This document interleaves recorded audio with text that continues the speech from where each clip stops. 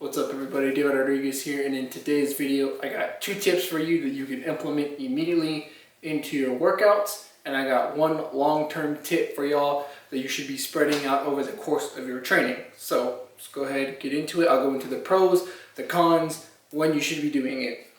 So first one that I have for y'all is tempo, and what I mean by tempo is how fast you are doing the reps within your sets. So typically everyone tends to do a 1-to-1 ratio, 1 second down, 1 second up, or however long it takes you to. So if you're doing a push-up, up or down and then up. Same thing with the squat, down and then up. It just depends on how much weight is on your back or how much weight that you have on the bar or whatever exercise that you're doing. However long it takes you to do in normal time is typically what people think about doing. Instead, try to take a little bit longer time. So instead of going 1-to-1, go maybe 2-to-2, 2 seconds down, 2 seconds up, or maybe you can even extend it out to 3 seconds. Usually 2 seconds tends to do pretty well. Now, the pros of it are it helps build better technique depending on what it is. So if you have lighter weights, or if you're doing body weight, right? If you go down slowly, you can actually pay attention to what it is that you're doing.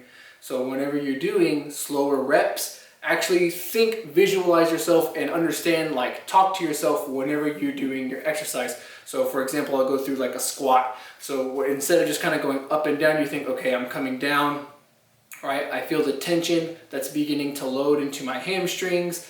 I feel like my knees are slightly coming apart, allowing me to kind of sink down a little bit more. I feel my hips pushing back behind me, right? You keep feeling that tension load more and more as you're coming down. And then when you're coming up, okay, it's like now I feel my glutes engaged, pushing my hips forward. I feel my quads start to contract and start to make me extend up. I feel myself driving through my heels and through my knees in that straight line, pushing up to stand up, right? You can apply the same thing with your kicks. You point that knee, you squeeze those glutes, you squeeze that core to keep you nice and tight or prevent you from falling over. Slowly extend a leg out, make sure you point those toes, come back in, boom. Pay attention to what it is that you're doing, and it can help build better technique. Or if you're looking to try and build a little bit more muscle, it can make lighter weights more grindy. So maybe your standard is like a 315-pound squat or whatever. And so if you're going back maybe around like 225 might be a little bit too easy for you, or even 130, we'll go lighter. 135 is a little bit too easy for you. So instead, take your time, go down slowly, come back up slowly. It'll make the weight a little bit more grindier, make the sets a bit more grindier, so you can get more out of lighter weight instead of just being like, oh my God, I'm just doing 135, who cares? Now, the cons of it is that always this is gonna take a little bit longer to complete your workouts, but if you just choose a good 3 exercise workout, implement some tempo work, you should be good to go. It really shouldn't even take you that long to complete and to finish.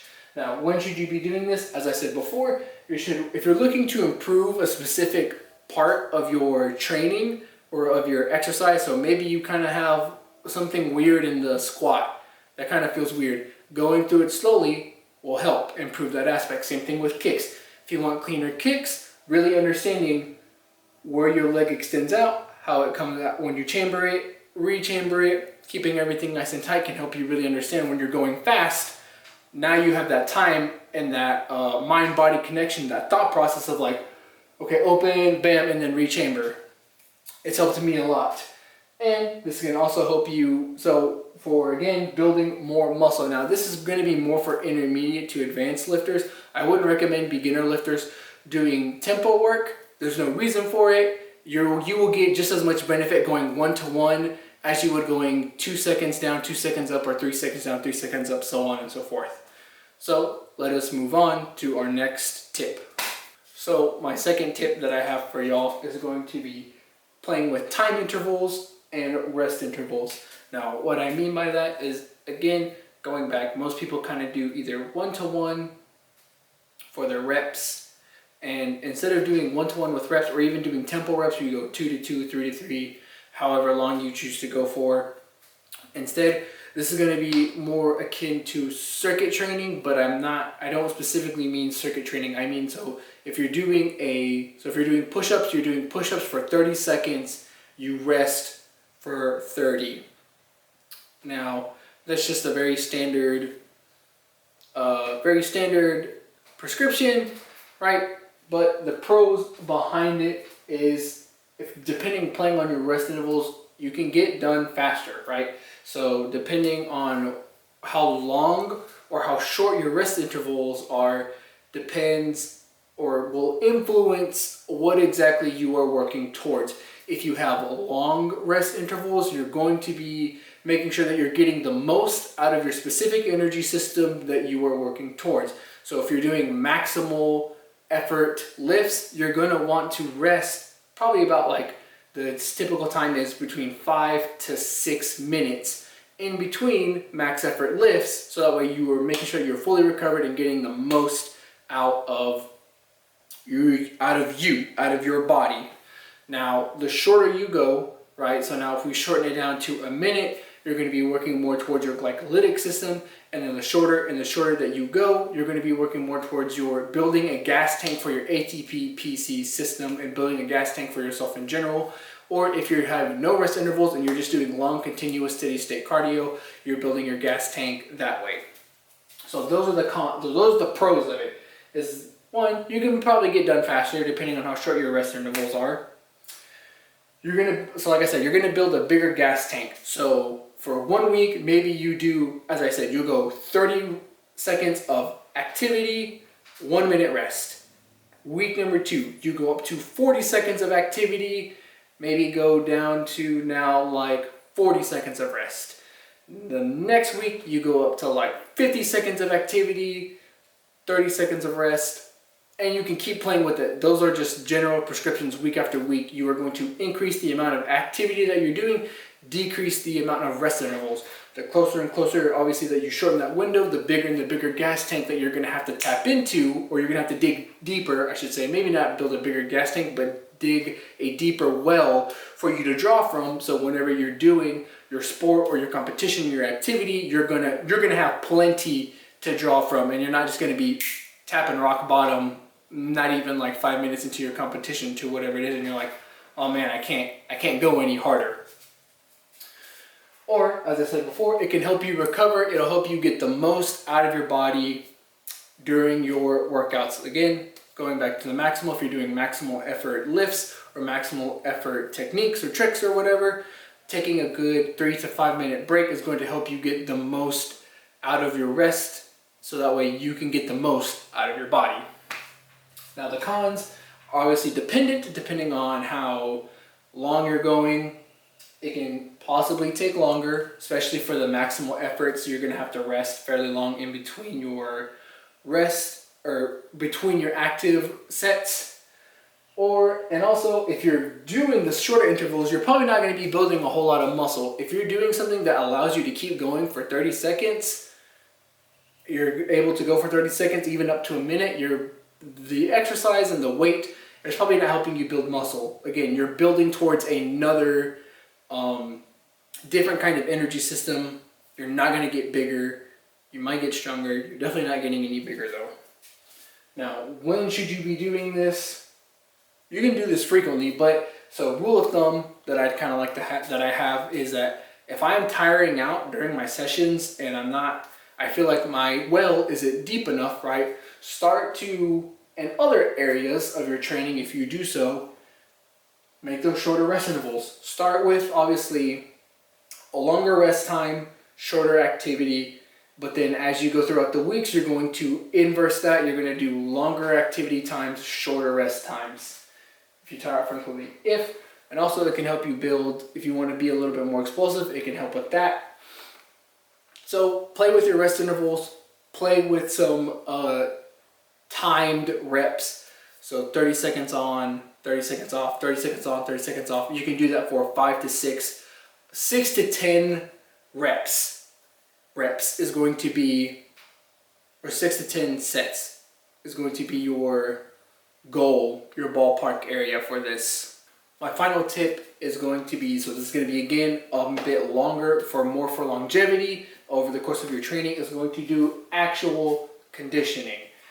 Conditioning is not, this bugs me so much, conditioning is not just working out. It is not just mobility training. It's not just cardio training. Mobility. Conditioning encompasses all of those things. It's to make you stronger. It's to make you faster. It's to make you more mobile. It's to make you have a bigger gas tank so you can go. It's not just, oh, I did a bro split workout today and I've been doing my bro split workouts for forever, and that's conditioning. Hit me up, guys. I have all your conditioning needs. No. Typically, the people who, it's been perpetrated by shitty football coaches who say conditioning is just running and running and running until you just die. It's not conditioning. Same thing, shitty Instagram influencers who are like, buy my workout conditioning thing. I'm going to condition your body. And they have no idea what conditioning actually means. It's just something that's been told for y'all long enough that people are just like, oh yeah, that's probably conditioning. They probably know what they're talking about. They have no idea what they're talking about. Pros of actually, and so maybe instead of conditioning, I should say training blocks. Training blocks of time dedicated to specific criteria, right? If you're looking, so again, I made a video on this before where I did one for triggers and I did one and overall where I described, I'll go over the pyramid of what I think and from what I've learned tends to work the best is one, develop some cardio, develop some aerobic system, develop that gas tank so that way you have a lot more to draw from whenever the going gets tough. Then you start to build some strength. This is going to be, again, more of your glycolytic system. You're going to build some strength. You'll build for more intenser activities. And then at the very end, you develop that ATP PC system so you can just boom, so you can be explosive when you need to be. And then you can rely on those other two systems to help get you recovering back and keep you going longer and longer instead of just focusing on one specific energy system or focusing on one specific style of training, whether it be strength, whether it be explosiveness, or whether it be cardio. You have to have all three of those things to be considered a conditioned athlete. So again, the pros of it is you're going to be a well-developed athlete. Those dudes who are like, man, they're strong, they're fast, and they can just keep going forever. Like, how do they do it? Well, it's because they're actually conditioned. They actually trained to be conditioned. They didn't just run 5 miles every single day for forever and they're just like, oh, now I'm conditioned. No, it's not how that works. They didn't also just do a couple exercises and do their bro splits of legs on Monday and chest on Tuesday and whatever, and they're just like, okay, now I'm conditioned. Nope, it takes a while. And that's the con, is that it takes time to develop to be conditioned, right?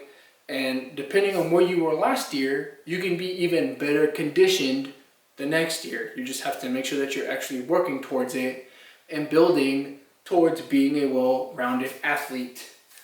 Now, when should you start to develop or point towards having specific training blocks for your training? Really, you should kind of just do it all the time. Everything should kind of go in a cycle. But also it really very depends on the sport of what it is you're doing. Triggers, we don't really have anything that stops us. We don't really have an off season. We kind of have to coach ourselves.